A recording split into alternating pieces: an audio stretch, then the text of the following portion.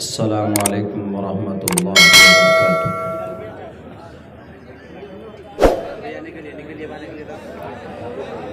इन्नल हम्दलिल्लाहि नहमदुहु व नस्तईनुहु व नस्तगफिरुहु व नु'मिनु बिही व नतवक्कलु अलैहि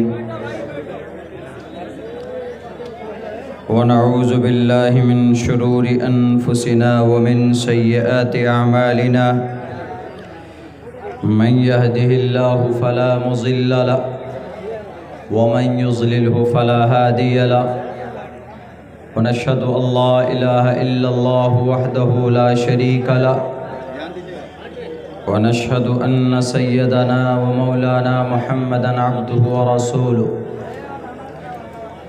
अम्मा बादु फ़इन्नी ऊसीकुम बितक़्वल्लाह वल मुवाज़बति अला ज़िक्रिल्लाह अला खैरुल कलामि कलामुल्लाह व अहसनुल हदी हदी मुहम्मदिन सल्लल्लाहु अलैहि वसल्लम व शर्रुल उमूरि मुहदसातुहा व कुल्ल मुहदसतिन बिदअ व कुल्ल बिदअतिन ज़लाला व कुल्ल ज़लालतिन फिन्नार। अऊज़ु बिल्लाहि मिनश शैतानिर रजीम। बिस्मिल्लाहिर रहमानिर रहीम।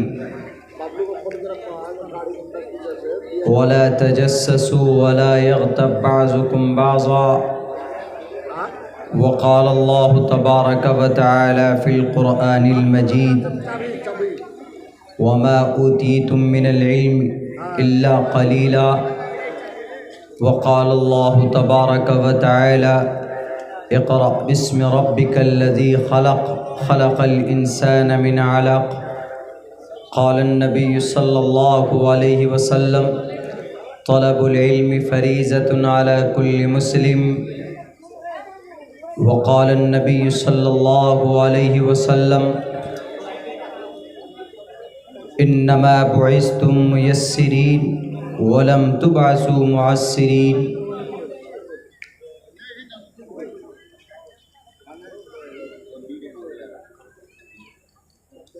All compliments, all physical prayer and all monetary worship are for Allah.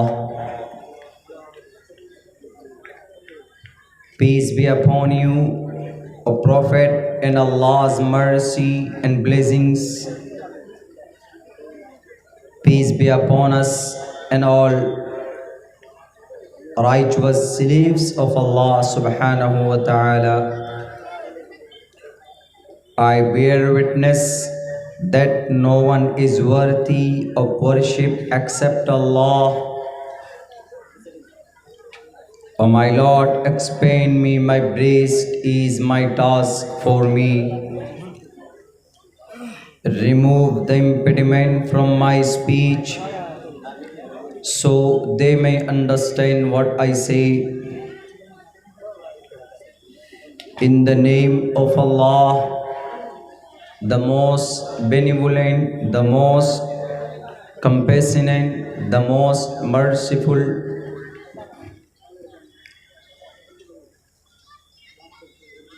बहुनाम जन्मनामन्ते ज्ञानवान माम प्रपद्यते वासुदेवः सर्वमिति समहात्मा सुदुर्लभः।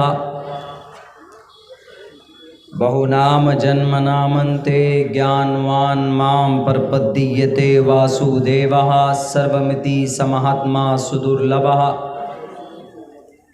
उदारा सर्व एवैते ज्ञानी तात्मेव मयिमतम् आस्थितः सही युक्तात्मा मामेवामुत्तमां गतिम्। ओम सहना भवतु सहनो भुनक्तु सहवीर्यं कर्मामहे तेजस्वनावधीतमस्तु मा विद्विषावहे। ब्रह्मानंतमनादि विश्वकुर्दजं सत्यं परं शाश्वतं विद्या यस्य सनातनी निगम बिरदे वै धर्मस्। ओम शांति, ओम शांति, ओम शांति।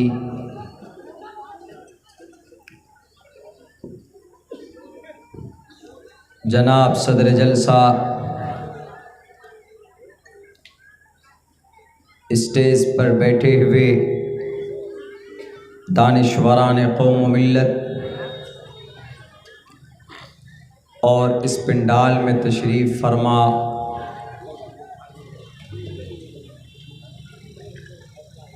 दीनी और इस्लामी भाइयों और करीब में ही पर्दे में बैठी हुई हमारी समाज की इज़्ज़तदार माँ और बहनों,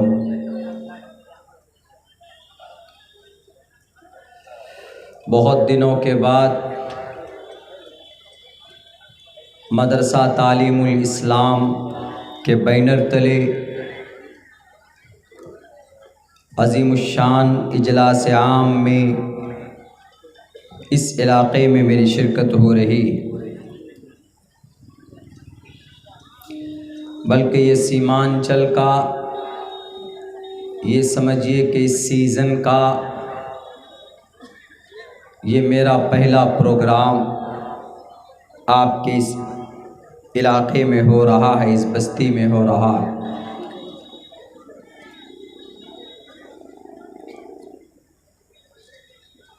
और बहुत कम दिनों में यहाँ के ज़िम्मेदारान ने, अराकीन जलसा ने, अराकीन मदरसा ने बड़ी ख़ूबसूरती और बड़ी जल्दी, बड़ी तेज़ी के साथ एक ख़ूबसूरत प्रोग्राम सजाया।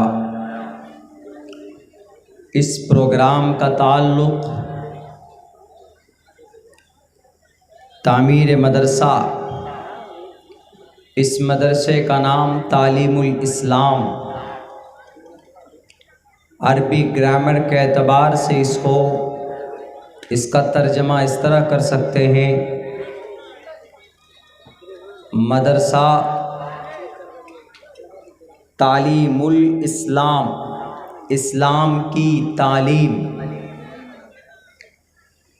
Education of Islam.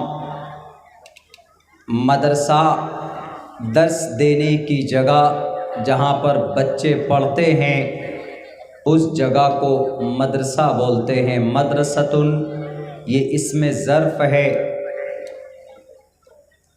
दर्स देने की जगह जहाँ टीचर बैठकर, उस्ताद गुरु बैठकर अपने शिष्य और स्टूडेंट और बच्चे को, तालिब इल्म को पढ़ाते हैं, उस जगह को मदरसा बोलते हैं।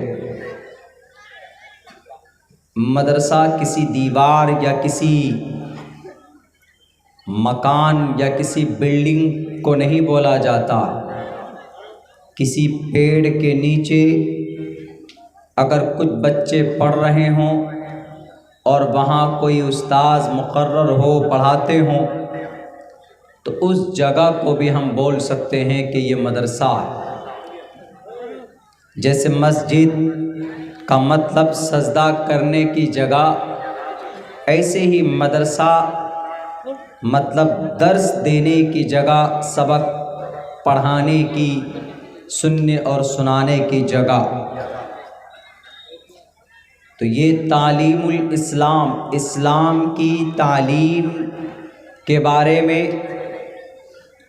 जो जानकारी दी जाती है, उसको बोलते हैं तालीमुल इस्लाम। उमूमन उर्फ़ आम में ये नाम रख लिया जाता है। तालीमुल कुरान रख लेते हैं, नूरुल कुरान रख लेते हैं, दारुल इस्लाम रख लेते हैं, इस्लाम का घर, ऐसे तालीमुल इस्लाम, इस्लाम की तालीम की जगह। शायद हमें मालूम नहीं है, हमें मालूम होना चाहिए कि इस्लाम में सबसे पहला मदरसा दार अरकम मक्कतुल मुकर्रमा में एक सहाबी थे, पहाड़ी पे उनका मकान था। आप अलैहिस्सलाम के ऊपर कोई वही या कोई सूरत, अल्लाह के तरफ से कोई पैगाम वही आती तो आप वहाँ पर सहाबा किराम को बैठकर उसकी तालीम देते। उसको दार अरकम का नाम दिया गया। और यूँ कहा जाता है कि मोहम्मद रसूलुल्लाह सल्लल्लाहु अलैहि वसल्लम को नबूवत मिलने के बाद तालीम की कोई जगह तो सबसे पहली जगह दार अरकम, उसके बाद बाज़ाब्ता तालीम व ताल्लुम का, सुनने सुनाने का, सीखने सिखाने का अगर बाज़ाब्ता किसी जगह को मदरसे का नाम दिया गया तो वो मक्का से रसूलुल्लाह सल्लल्लाहु अलैहि वसल्लम जब मदीना गए तो मस्जिद नबवी के बिल्कुल करीब में आप अलैहिस्सलाम ने एक चबूतरा बनाया, एक बैठक आपने बनाई और उस चबूतरे का नाम, उस चबूतरे को अरबी ज़ुबान में सुफ़ा बोलते हैं। और वहाँ पर सहाबा किराम बैठकर कुरान व हदीस की तालीम सुनते सुनाते दर्स दिया जाता, बल्कि बाज़ाब्ता मुनज़्ज़म अंदाज में दुनिया का सबसे पहला मदरसा अगर कोई है तो वह अस्हाब सुफ़ा व सुफ़ा मदरसा, वहाँ से शुरुआत हुई। आज तो बहुत से लोग जो मन में होता है बोल देते हैं कि ये मदरसा कब से है। ये मदरसा तो भारत के मुसलमानों ने, यहाँ के उलमा किराम ने ये मदरसा अपने हिसाब से इसको गढ़ लिया, इसको बना लिया। हालांकि ऐसा नहीं है। मदरसे की एक पुरानी तारीख़ है, 1400 तकरीबन 50 और 51 साल पहले की तारीख़ है कि मदरसा वहाँ से शुरू हुआ। जैसे आज मदरसे में बहुत ज़्यादा पैसों की फरावानी नहीं होती, ऐसे ही उस वक्त में सहाबा किराम को खाने पीने की इतनी फरावानी नहीं थी। जैसे आज मदरसे में पढ़ने पढ़ाने वाले असातिज़ा, पढ़ने वाले बच्चों को बेहतर और उम्दा खाना मैसर नहीं होता, पढ़ाने वाले असातिज़ा को उनको बेहतर से बेहतर, अच्छी से अच्छी सैलरी और तनख्वाह नहीं मिलती, वैसे ही उस वक्त जो पढ़ने वाले थे, उस वक्त के पढ़ने वाले सहाबा किराम थे, सीखने और सिखाने वाले। अल्लाह के नबी अलैहिस्सलाम सिखाते, सहाबा किराम एक दूसरे को बताते और ख़ुद भी सीखते और उस पर अमल करते। वहाँ पर भी खाने का बेहतरीन नज़्म नहीं था, बेहतरीन खाने का इंतज़ाम नहीं था, वहाँ पर तनख्वाह थी ही नहीं। वहाँ तो बस अपनी इस्लाह हो जाए, वहाँ तो बस क्या पैगाम है उस पैगाम के मुताबिक हमारी ज़िंदगी कैसे बीत जाए, गुज़र जाए, कौन सी चीज़ ऐसी है जो अल्लाह के तरफ से नाजिल की गई और हमको मालूम नहीं। तो सहाबा एक दूसरे से पूछते थे, please tell me and what Allah सुब्हानहू व तआला सेंड डाउन, अल्लाह ने क्या नाजिल किया है, प्लीज़ हमें बताओ। जानकारी हासिल करने की एक मेहनत और एक लगन थी। यही निज़ाम और यही तरीक़ा तकरीबन आज हमारे मुरव्वजा मदरसों के अंदर आज भी मौजूद। आज भी आप किसी मदरसे में जाएंगे तो वहाँ पर सिर्फ़ क़ाल अल्लाह और क़ाल रसूल की बात होती है, तीसरी कोई बात नहीं होती। जिन लोगों को शक होता है वो खूब आए, सर्वे कराए, नो डाउट, कोई दिक्कत नहीं, कोई प्रॉब्लम नहीं। और ये बात बिल्कुल कही जा सकती है डंके के चोट पर कि हमारे इस्लामिक मदरसों में तीसरे कोई अगराज और मकासद नहीं पाले जाते। हम सिर्फ अपने बच्चों को उनका अकीदा है, what's your thought and what's your imagination and what's your concept about Allah, कि अल्लाह के बारे में तुम्हारा अकीदा क्या है। हम अपने बच्चे को कहाँ सिखाते? मदरसे में सिखाते। मदरसा नहीं है किसी बस्ती में तो मकतब है। तो इमाम साहब उस मकतब में बच्चे को अकीदा बताते हैं कि how many lord are there in the world, how many lords are in world, in entire world, पूरी दुनिया में कितने अल्लाह है। ये कहाँ बताते? इन्हीं मदरसों में, इन्हीं मकतब में बताते हैं। उससे आगे तुम्हारा नबी कौन, तुम्हारे आखिरी नबी कौन, वो बताते हैं। अल्लाह के नबी कब जन्म कब हुआ वो बताते हैं। आप आए क्यों थे, मोहम्मद रसूलुल्लाह, वो बताते हैं। यहाँ किसी भी मदरसे में ये नहीं बताया जाता कि RDX कैसे तैयार होता है। किसी भी मदरसे में ये नहीं बताया जाता कि बताओ AK-47 कैसे बनाया जाता है। किसी भी मदरसे में नहीं बताया जाता कि बताओ गोली कैसे तैयार होती। किसी भी मदरसे में ये बात नहीं बताई जाती कि बताओ किसी का मर्डर कैसे करना है। किसी भी मदरसे में ये बात नहीं बताई जाती कि तलवार कैसे चलानी, नहीं बताई जाती। सिर्फ there is nothing but only one thing is taught in every madrasa, जो पढ़ाया जाता है, समझाया जाता है टोटल मदरसों में, वो ये what is Allah, who is Allah, where is Allah, what does say Islam's, इस्लाम हमसे क्या कहता है, शरीयत हमसे क्या कहती है। यही हमारे इन मदरसों का मूल मंत्र है, दूसरा कोई और मकसद नहीं है। अगर कुछ लोग भ्रम फैलाते हैं, कुछ लोग अपने दिमाग में ये बात बसाए हुए हैं कि नहीं इन मदरसों में कुछ और भी होता है, तो आओ पूरी दुनिया के टोटल चैलेंज चैनल वालों को, मीडिया वालों को है कि देखो एक एक मदरसे को देखो, तुम टटोल कर देखो, अगर तुम्हें कुछ मिल जाए तो उस मदरसे में उसी वक्त ताले डाल देना। लेकिन नहीं, मदरसे के अंदर हमारा ग्रामर पढ़ाया जाता है, बच्चों को अरबिक ग्रामर पढ़ाया जाता है। कैसे अरबिक ग्रामर पढ़ाया जाता? बहुत से मदरसों के अंदर में अरबी की किताबें पढ़ाई जाती है। और बहुत पहले हम लोग नहव सर्फ से पहले हम मदरसे में पढ़ते थे, तो मिनहाजुल अरबिया अरबी की किताब थी, वहाँ पर हाजा, जालिका, उलाइका, हा उलाई, जैसे बोलते हैं कि ये लड़का, हाजल वलदु वो लड़का, जालिकल वलदु वो लड़का। संस्कृत में ऐसे शक करने वालों,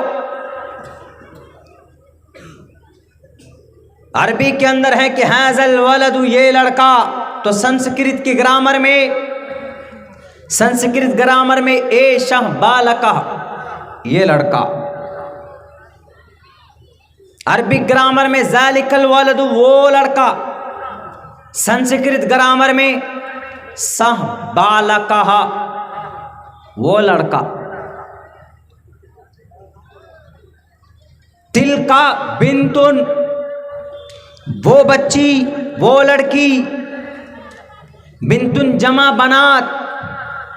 संस्कृत के अंदर यह बोला जाता है सा बालिका, एशा बालिका, इस्मी अब्दुल्लाह, मेरा नाम अब्दुल्ला है।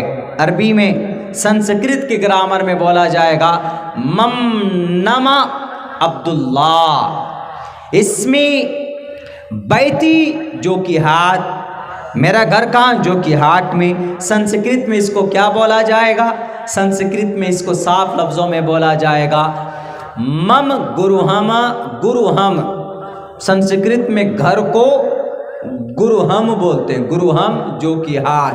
मम मीन्स मेरा, मम नामा गोविंदा, मम नामा अब्दुल्ला, मेरा नाम अब्दुल्ला है। एंड मम गुरुहम, मेरा घर जो कि हाट है। मैं क्या करता हूं? अहम, अहम पठती, अभी मैं पढ़ रहा हूं, आपके सामने बोल रहा हूं। अहम पिबती मैं पी रहा, अहम उपविशति मैं बैठा हुआ हूँ, मैं अहम मीन्स मैं, अना आई एम। यही ग्रामर पढ़ाया जाता है हमारे मदरसों के अंदर। शक करने वालों, जो संस्कृत में ग्रामर है वही ग्रामर अरबिक के अंदर हमारे मदरसों में पढ़ाया जाता है। दूसरा और तीसरा कोई और मकसद, कोई और चीज़ नहीं पढ़ाई जाती। अभी मैं आऊँगा, वो श्लोक मैंने पढ़ा है उसका एक्सप्लेन करूँगा आपके सामने। बहुनाम जन्म नामन्ते ज्ञानवान माम परपद्दीयते वासुदेवा सर्वमिति समहात्मा सुदुर्लभः उदारा सर्व एवैते ज्ञानी तात्मेव मयिमतम् आस्थिता संयुक्तात्मा मामेवानुत्तमाम मुत्तमाम गतिम। इसका एक्सप्लेन करेंगे हम कुरान के आधार पर। लेकिन मेरे मुस्लिम भाइयों, मेरे समाज के लोगों, हमें दूसरों से तकलीफ़ कम है, अपनों से ज़्यादा परेशानी है। अपनों से हमें ज़्यादा तकलीफ़ पहुंच जाती है किसी वक्त। कभी बोलते हैं ना कि इस घर को आग लगी घर के ही चिराग से, हमारे इस मुल्क में वैसा ही हो रहा है। इस कौम को डुबोया है गैरों ने नहीं, गैर बाद में आते हैं, बल्कि अपने लोग इस कौम को जितना नुकसान पहुंचाते हैं, इस मिल्लत को जितना तबाह करने में तुले हुए हैं, दूसरे उतने नहीं हैं। अगयार तो बात की बात, पहले अपने, हमारे अपने हैं जो इस कौम को जलील और रुस्वा करने में, जो इस कौम को तबाह करने में तुली हुई है। ये कौम, हमारे भारत के कलिमा पढ़ने वाले कुछ ऐसे लोग हैं, सोच सोच कर कदम रखने की जरूरत है। एक एक करके टारगेट और निशाना बनाया जा रहा है। There are 35 spiritual and the intelligent person of Islam. Islam के पढ़े लिखे 35 उलमाए किराम के लिस्ट तैयार किए गए उन्हें धकेलने के लिए। जरिया कौन बनता है? हम बनते, हम और आप बनते। हमारी इज्जतें आबरू जो उछाली जाती है, उनके पीछे कौन? दूसरों का हाथ है? नहीं, हमारे अपनों का हाथ। एक ज़ाब्ता कानून बता रहा हूँ इस्लाम की शरीयत की नज़र में। अगर आपके बीच एक तारीख है, उठा कर देख लीजिए। बड़े बड़े हमारे अल्लाह वाले, अल्लाह के वली जिन्हें कहा गया, और बड़े बड़े ताकतवर बादशाह, वो हारे हैं अपनों की गद्दारी की वजह से। तारीख गवाह है, देख लीजिए उठा दो। अंग्रेज के सामने लड़ने के लिए नवाब सिराजुद्दौला खड़े हुए, लेकिन उनके अपने ने, बहुत करीबी, जिनको मंत्री बनाया था, जिनको अपने पास बिठाया था, उनका नाम और आप शायद मालूम है, लेकिन ये मालूम नहीं कि वो गद्दार है। नवाब सिराजुद्दौला पहली लड़ाई अंग्रेज से शुरू करने वाला इस देश में, यही बंगाल में। अगर वो गद्दारी उनके साथ उनका मंत्री अगर गद्दारी नहीं करता तो वो मैदान जंग में शिकस्त नहीं खाते, वो हारते नहीं। लेकिन गद्दारी की, जिसकी वजह से वो मैदान हार जाते हैं, शहीद हो जाते, उसका नाम, उस गद्दार का नाम क्या है? कुर्सी की वजह से और कुछ पैसों की और कुछ इक़्तिदार की हवस की वजह से उन्होंने अंग्रेज से हाथ मिलाकर गद्दारी की अपनों से, जिन्होंने उनको पोस पाल कर बड़ा किया, परवरिश करके। एक सरदार था, अदना तबके का था, अदना दर्जे पर था, उसको उठाकर अपने पास बिठाया, मंत्री का दर्जा दिया, बड़े ओहदे पे बिठाया। हम और आप उसका नाम मीर जाफर के नाम से जानते। वो कोई गैर नहीं था, वो नवाब सिराजुद्दौला का अपना था, वो मंत्री था, कैबिनेट मंत्री था वो नवाब सिराजुद्दौला के पूरे साम्राज्य का। मालूम नहीं था नवाब सिराजुद्दौला को कि ये मेरे साथ गद्दारी करेगा, लेकिन उन्होंने गद्दारी की और नवाब सिराजुद्दौला शहीद कर दिए गए। नवाब सिराजुद्दौला शहीद हो जाते, लेकिन फिर कुछ दिनों के बाद वहां पर मीर जाफर को गद्दी दे दी जाती है, वही गद्दी जिस पर सिराजुद्दौला बैठा करते थे, लेकिन कुत्ते की तरह मौत हुई इनके आगे चलकर, ज्यादा दिन जिंदा नहीं रहे वो। नवाब सिराजुद्दौला शहीद हुए तो अपनों की गद्दारी की वजह से। आज ये कौम भारत के अंदर टारगेटेड है तो कोई और नहीं, इसको कोई बाहर किसी पड़ोसी मुल्क के लोग बर्बाद नहीं कर रहे हैं। इस कौम को हम और आप कौम को तबाह किए हुए, अंदरूनी एतबार से अंदरूनी दुश्मनी जनाब कोर्ट तक पहुंचा देते हैं, थाने तक पहुंचा देते हैं, मीडिया में आकर इस्लाम की रुसवाई करते हैं। हर फील्ड में लोग बटे हुए, हर फील्ड में उल्लू एक न एक बैठा हुआ है।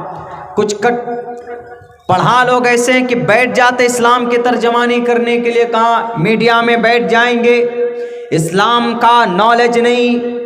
एंड दे कंप्लीटली, मैं पूरी कॉन्फिडेंस से बात कहता हूँ, वो they don't know anything, they don't know completely Islamic education and the system and the method of the last Prophet Muhammad sallallahu alaihi wasallam, and they don't know, नहीं जानते। In spite of that, and they decided to sit down and to explain about the Islam, जबकि वो खुद नहीं जानते हैं कि इस्लाम क्या है, लेकिन टीवी की चैनल पे बैठकर चंद रुपयों की वजह से इस्लाम को रुस्वार बदनाम करते। दूसरी तारीख उठाइए आप टीपू सुल्तान की। टीपू सुल्तान का एक बहुत बड़ा ओहदेदार, उनका नाम भी हम लोग जानते हैं, मीर सादिक, मीर जाफर, मीर सादिक। क्या नहीं किया था मीर सादिक के लिए? छोटे से ओहदे से मंत्री बनाया, एक मौके पर उनको सस्पेंड किया था, लेकिन फिर उनको बहाल कर लिया गया। मीर सादिक को वो जगह दे दी गई, लेकिन क्या मालूम कि उनके दिल में क्या कौन सी दुश्मनी पनप रही थी। वह अल्लाह के वली को टीपू सुल्तान नेक दीनदार इंसान, अब बहुत शरीफ बादशाह, रहमो करम वाला बादशाह, सबको एक नज़रों से देखने वाला, उनको नहीं मालूम था बैक वक्त 3-3, 4-4 ताकत से मुकाबला करते करते इस दुनिया से चला गया, लेकिन नहीं जाता। शायद वो उनकी मौत की घड़ी नहीं थी, शायद वो, लेकिन गद्दारी की गई उसके साथ। अपनों ने गद्दारी की। अपनों में कौन? मीर सादिक। कौन है? कलिमा पढ़ने वाला है, सर पर टोपी है, नमाज भी पढ़ता है, सब कुछ करता है, जिक्र भी करता है, दर्स भी देता है बैठकर। उसके बावजूद भी एक पुरानी दुश्मनी जब पता चलता है टीपू सुल्तान को कि अंग्रेज की फौज आ रही है, तो टीपू सुल्तान अपनी हवेली से उनको देखने के लिए बाहर निकलता है, दरवाजे से बाहर निकलता। ये नालायक मीर सादिक ये अंदर से छुपकर उस गेट को बंद कर देता है, उस गेट को, उस दरवाजे को बंद कर देता है। किले के दीवार, किले के दरवाजे को बंद करके किसी तरीके से खबर भेज देता अंग्रेज को, और कहता है कि टीपू सुल्तान तने तनहा किले के बाहर हैं, मुकाबला करो, उनका सफाया कर दो। ये कमबख्त मीर सादिक गेट बंद करके, किले की दीवार और उस दरवाजे को बंद करके ऊपर फसील पर जाकर बैठ जाता। वहाँ पर जाकर टीपू सुल्तान के शहीद होने के उस वाक़े को और उस हरकत को देखता है, उनकी शहादत को अपनी आँखों से देखता है। वो जालिम कुर्सी इख्तिदार पर बैठने के लिए अपनी पुरानी दुश्मनी का बदला लेने के लिए वो टीपू सुल्तान मर्द मुजाहिद शहीद होता हुआ देखता है।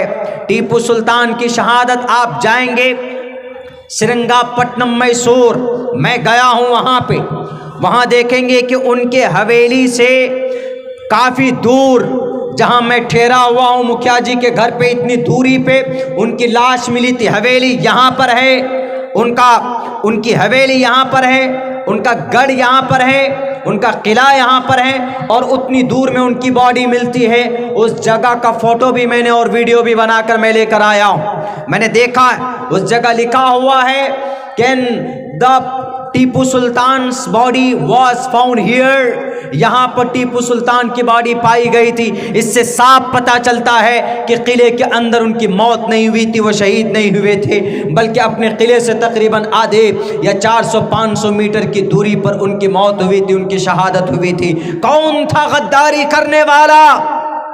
मीर सादिक कलिमा पढ़ने वाला। किसको कहें हम कि तुम बुरे हो? किसी को नहीं कह सकते। इस देश के अलग अलग पार्टियों को हम जनाब ब्लेम करते हैं कि यू आर रिस्पॉन्सिबल, आप जिम्मेदार हैं, लेकिन नहीं, पहले हम जिम्मेदार हैं। वो टीपू सुल्तान शहीद कर दिए गए। अगर वो गेट बंद न करता मीर सादिक तो टीपू सुल्तान शहीद न होते। मुमकिन है कि उनकी जान बच जाती। कौन है गद्दार? एक मुसलमान गद्दार है, एक कुरान पर ईमान रखने वाला गद्दार है, नमाज पढ़ने वाला एक गद्दार, एक लुटेरा गद्दार है। मेरे भाइयों, मेरे समाज के लोगों, ये हुई थी हरकत उस वक्त में। हमारे बहुत सारे उलमाए किराम आज़ादी के मौके पर अंग्रेज के हत्थे चढ़ गए। खबर देने वाला कौन? Mirza Ghulam Ahmad Qadiani. He is not Muslim, he is a disbeliever and pagan. He was not Muslim and उसने ये फैसला किया था, I am the last prophet. उन्होंने कहा था ना मिर्जा गुलाम अहमद कादियानी ने कि मैं आखिरी नबी हूं। एंड द रिवोल्यूशन वही send down to me from the sky. आसमान से जमीन पर मुझ पर अल्लाह की वही आती है। वो कहता था कि मैं आखिरी नबी हूँ, लेकिन पूरी दुनिया जानती है कि इस पूरी दुनिया में, पूरे संसार में अगर कोई नबी है, सिलसिले नबूवत को ख़त्म करने वाले हैं, तो प्रॉफेट मोहम्मद रसूलुल्लाह सल्लल्लाहु अलैहि वसल्लम। साफ लफ्ज़ों में कुरान कहता है कि ये कुरान मुकम्मल है नबी आप पर। ए नबी आप, you are the last prophet. अना खातिमुन नबिय्यीन ला नबिय्य बादी। I am only and there is no one। कोई भी आदमी नबी बनकर नहीं आएगा, मैं तन्हा, मैं आखिरी नबी हूँ, सिलसिले नबूवत को ख़त्म करने वाला हूँ। मा काना मुहम्मदुन अबा अहदिम मिन रिजालिकुम वलाकिन रसूलुल्लाह व खातमुन नबिय्यीन। कुरान को झुटलाया उसने।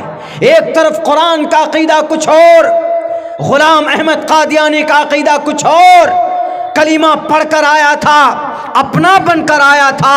कमज़ोर किसको किया था? भारत के मुसलमानों को कमज़ोर किया था अंग्रेज़ के सामने में, ताकि मुसलमान has been divided into 2 parts. उसके भी सम पर्सन एंड फॉलोड, वो उनको फॉलो करते थे कुछ लोग, 2 हिस्सों में बट गए। तो इस कौम को, इस मिल्लत को अपनों से ज़्यादा नुकसान पहुँचा है, हमेशा से देख लीजिए। वो तो आज हमारे मदरसों पर सर्वे करा रहे हैं, आज हमारे तालीमात के ऊपर उंगली उठा रहे हैं, वरना तालीम जितना हमारे मज़हब में ज़रूरी है उतना हमारे गैर मुस्लिम भाइयों की किताबों में ज़रूरी। कैसे? हम तालीम इसलिए हासिल करते हैं चूँकि रब नबी करीम अलैहिस्सलाम का फरमान है, तलबुल इल्म फरीज़तुन अला कुल्लि मुस्लिम। इतना इल्म हासिल कर लो कि जिससे तुमको पता चल सके कि हमें वज़ू कैसे करना है, हमें नमाज कैसे पढ़नी है, हमें सोना है, बीवी के साथ हम बिस्तरी के बाद हम गुस्ल कैसे कर सकते हैं, हमारे पास बहुत सारी दौलत जमा हो जाए तो हम ज़कात कैसे निकालेंगे, हम बीमार हैं, परेशानी में हैं तो हम रोज़ा कैसे रखेंगे। ये तलबुल इल्म फरीज़तुन। You have to just educate about your sharia. You have to know, but you will have to know. तुम्हें मानना जानना पड़ेगा, जानना नहीं। You have must to know, you must to know and you must to educate about your Islam and your Islamic Sharia। आपके लिए ज़रूरी है जानना। तलबुल इल्मी फरीज़तुन अला कुल्लि मुस्लिम। तमाम मुसलमान पर, ईमान वालों पर अल्लाह ने कुरान में क्या बयान किया, अहादीस की किताब में क्या है, हमारे नबी, हमारे रसूल और हमारा अल्लाह हमसे क्या चाहता है, ये चीज़ हासिल करना ज़रूरी। इसी को कहा गया कहाँ पर? संस्कृत जुबान में। बहुनाम जन्मना मनती, बहुनाम। हमारा तो ये अक़ीदा है कि अल्लाह के नबी बिल्कुल आखिरी नबी। क्यों अक़ीदा है? चूँकि हमको कुरान से वो पैगाम हमें मिला कि हमारे नबी आखिरी नबी हैं और नबी पाक अलैहिस्सलाम को जो भी पैगामात अल्लाह तबारक व तआला की तरफ से दिए गए वो सब बिल्कुल फाइनल है, उसमें कोई शक नहीं, ला रैब। बहुनाम जन्मनामन्ते ज्ञानवान माम प्रपद्यते वासुदेवः। कई जन्मों के बाद नबी आए, कई सारी जन्मों के बाद। कितने नबी आए? सैकड़ों नबी आए, हजारों नबी और रसूल आए। कहाँ पर? इस ज़मीन पर। हज़रत आदम से लेकर आदम आए, शीस आए, नूह आए, लूत आए, इब्राहीम आए, इस्माइल आए, सुलेमान आए, दाऊद आए, मूसा आए, हारून आए, यूनुस आए, यूसुफ आए। अल्लाह के नबी से पहले ईसा अलैहिस्सलाम आए। ईसा अलैहिस्सलाम के बाद तकरीबन 500 साल बाद द आखिरी नबी प्रॉफिट मोहम्मद सल्लल्लाहु अलैहि वसल्लम आए। कई जन्मों के बाद का मतलब बहुनाम जन्मनामन्ते, बहुनाम जन्मनामन्ते।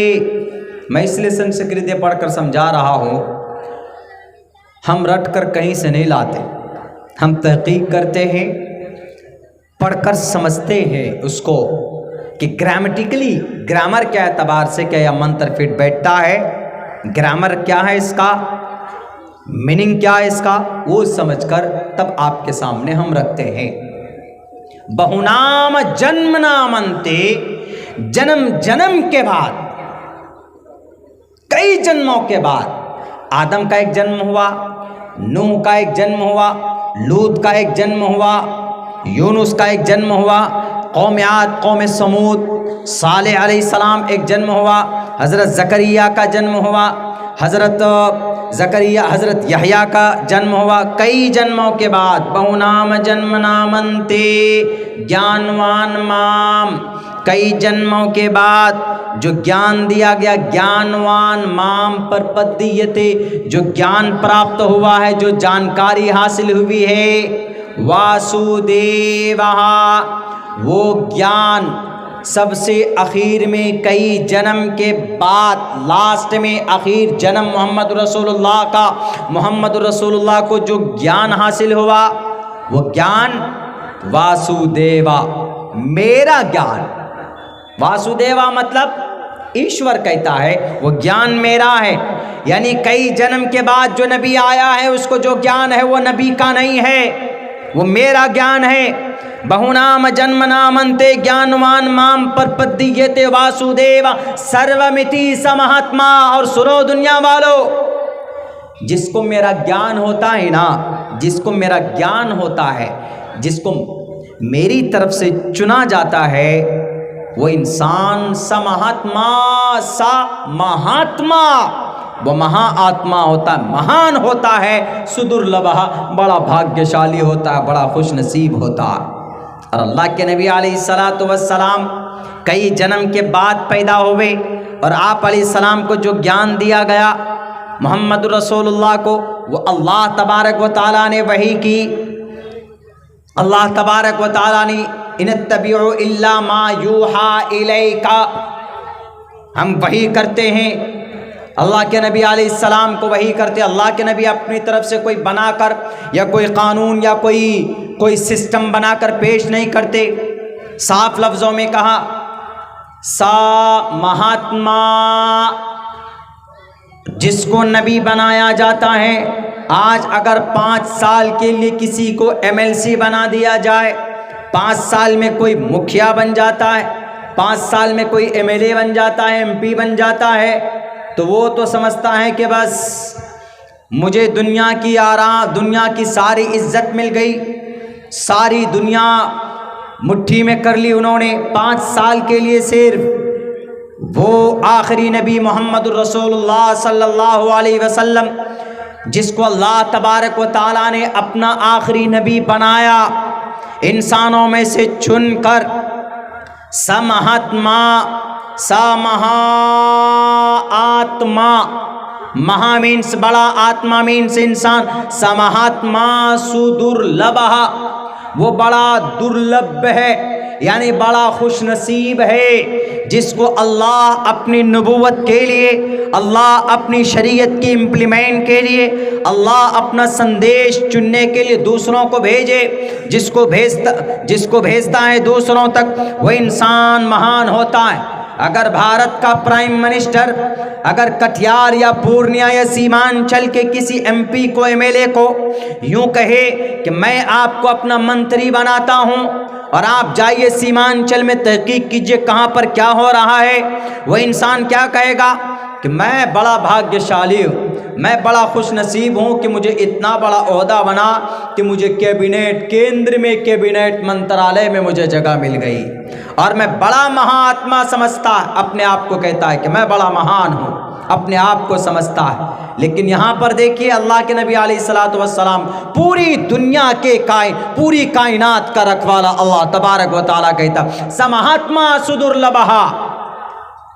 हमारे हिंदुस्तान के हिंदू भाइयों,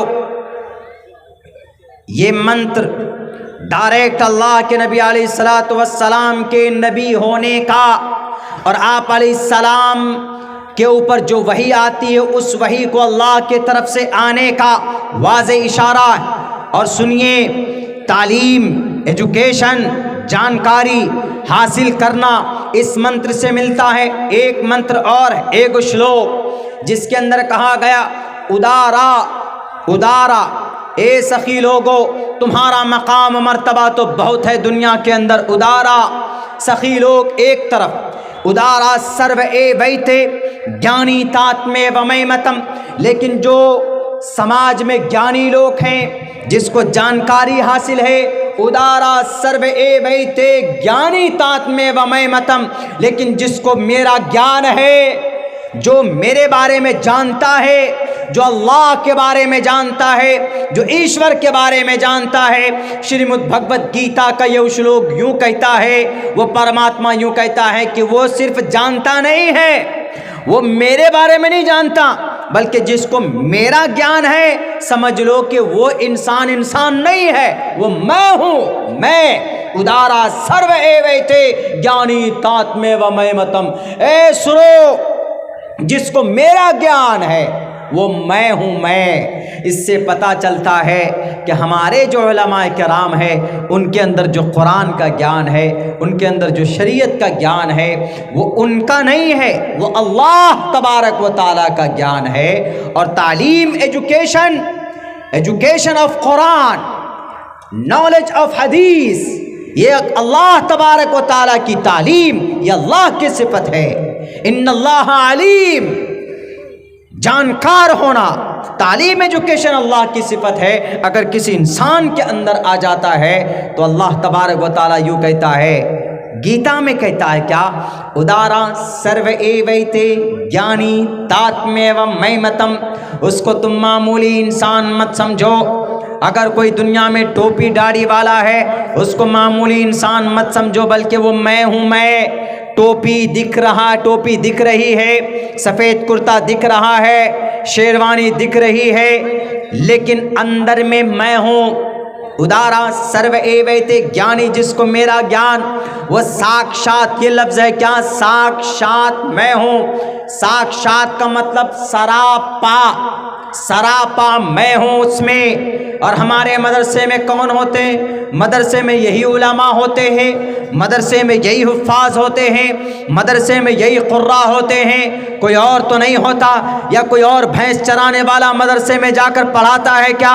या कोई और मुखिया मिंबर मदरसे में पढ़ाता है क्या? या कोई और दानिश्वर मदरसे में जाकर पढ़ाता है, ताजिर पढ़ाता है मदरसे में? कोई नहीं। मजदूर पढ़ाता है मदरसे में, किसान पढ़ाता है मदरसे में। मदरसे में पढ़ाने के लिए हम किसको ढूंढते हैं? हम आलिम दीन को ढूंढते हैं, हम हाफिज कुरान को ढूंढते हैं, हम कारी कुरान को ढूंढते। और उनके अंदर जो ज्ञान होता है, सुन लो श्रीमद् भगवत गीता पर अमल करने वालों, श्रीमद् भगवत गीता के से अपने आप को जोड़ने वालों, अगर यकीनन आप अपने श्रीमद् भगवत गीता के ऊपर आपका आस्था है तो आप कभी भी हमारे आलिम दीन पर, हमारे इन मदरसों पर, हमारे इन मकातिब पर, हमारे मस्जिद के इमाम पर, हमारे उलमाए किराम पर, हमारे वारिसीन अंबिया पर उंगली उठाने की जुर्रत नहीं करोगे, क्योंकि परमात्मा कहता है कि जिसको मेरा ज्ञान साक्षात वो मैं हूं, मैं वो हाफिज नहीं है, गोया मैं हूं उसके अंदर मैं हूं। अगर किसी के अंदर हदीस का ज्ञान है उसके अंदर मैं हूं, कुरान का ज्ञान है उसके अंदर मैं हूं, क्योंकि कुरान अल्लाह का कलाम है। अल्लाह का कलाम अगर किसी इंसान के अंदर हो तो वो ये यूं है गोया के उसी के अंदर है, वो सरापा उसके अंदर है। इसीलिए बदनाम करने से पहले इस श्लोक को देख लिया जाए, इस मंत्र को पढ़ लिया जाए पहले ध्यान के साथ, गौर के साथ, तब जाकर हमारे इस्लामिक मदरसों में, हमारे मसाजिद के इमाम पर, हमारे मदारिस में पढ़ाने वाले उलमा किराम के ऊपर कोई इल्ज़ाम या कोई इस तरह की बात होनी चाहिए। कितनी प्यारी बात कही बताइए, श्रीमद् भगवत गीता में ये बात कही गई।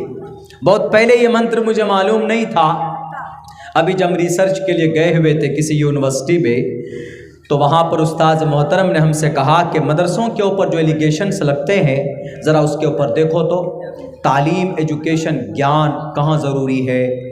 हमने जब देखा 2-3-4 श्लोक हैं, लेकिन मुझे 2 ही याद हुए हैं अभी तक, क्योंकि संस्कृत लैंग्वेज जल्दी उसके हर एक चीज़ का अलग अलग उसका सेंटेंस है, एक वर्ड है। जैसे एक के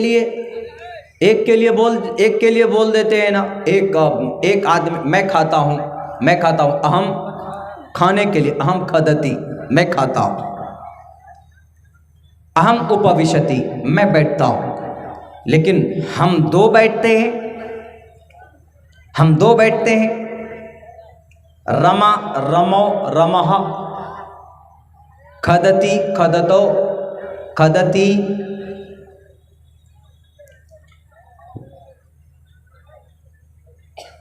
अहम अध्यापका अस्ति मैं एक टीचर हूँ, अहम